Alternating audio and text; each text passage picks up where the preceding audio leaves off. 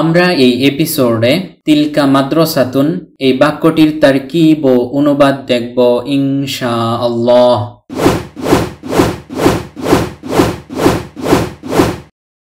দূরবর্তী স্ত্রীবাচক কোনো কিছুকে ইশারা করতে আরবিতে তিলকা ইসমুল ইশারতিটি ব্যবহৃত হয়।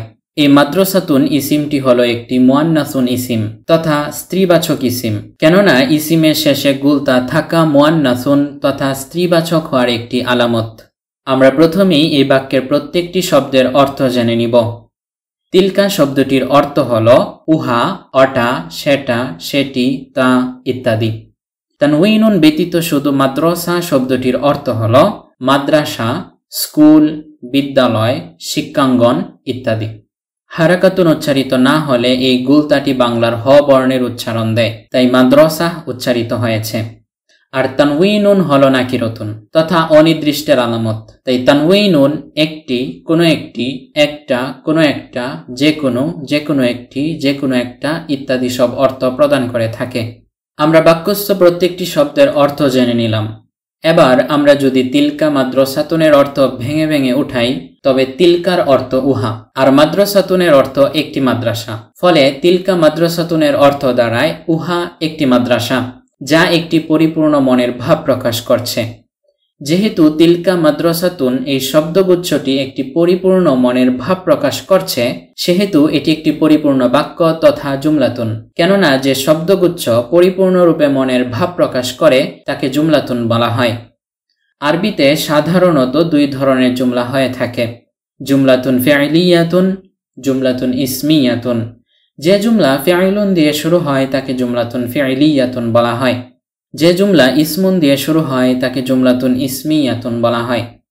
যেহেতু তিলকা মাদ্রাসাতুন এই জুমলাটি তিলকা দিয়ে শুরু হয়েছে তথা একটি ইসমুন দিয়ে শুরু হয়েছে, সেহেতু এই জুমলাটির নাম হলো জুমলাতুন ইসমিয়াতুন।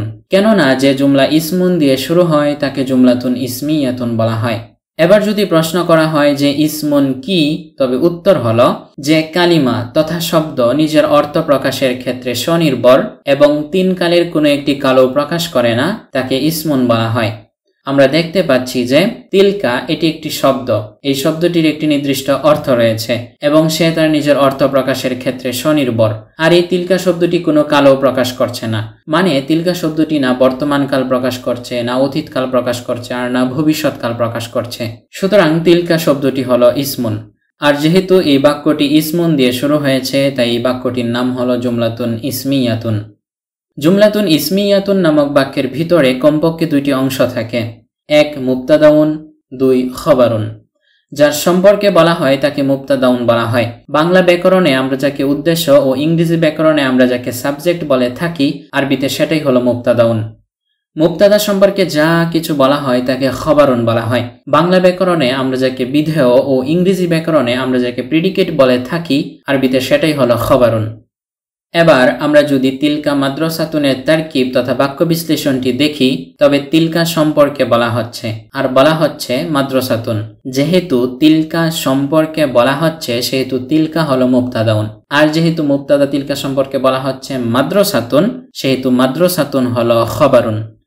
উহা সম্পর্কে বলা হচ্ছে, তাই উহা হলো মুবতাদাউন বা উদ্দেশ্য, আর মুবতাদা উহা সম্পর্কে বলা হচ্ছে একটি মাদ্রাসা, তাই একটি মাদ্রাসা হলো খবরুন বা বিধেয়।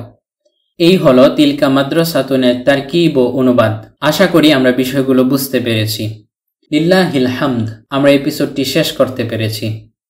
ডেসক্রিপশনে থাকা লিঙ্কে ক্লিক করে এখনই এই পিডিএফটির একটি কপি সংগ্রহ করুন।